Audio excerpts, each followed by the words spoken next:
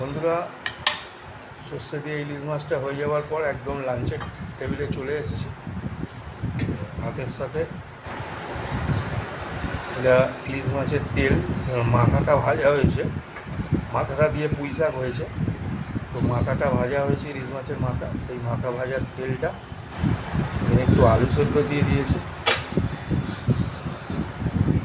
লঙ্কা দিয়ে দিলাম, ইলিশ মাছের মাথা দিয়ে পুঁই শাক,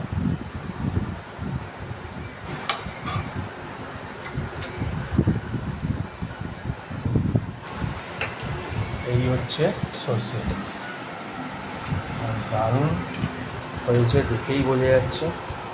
এই হচ্ছে আজকের লাঞ্চ থালি।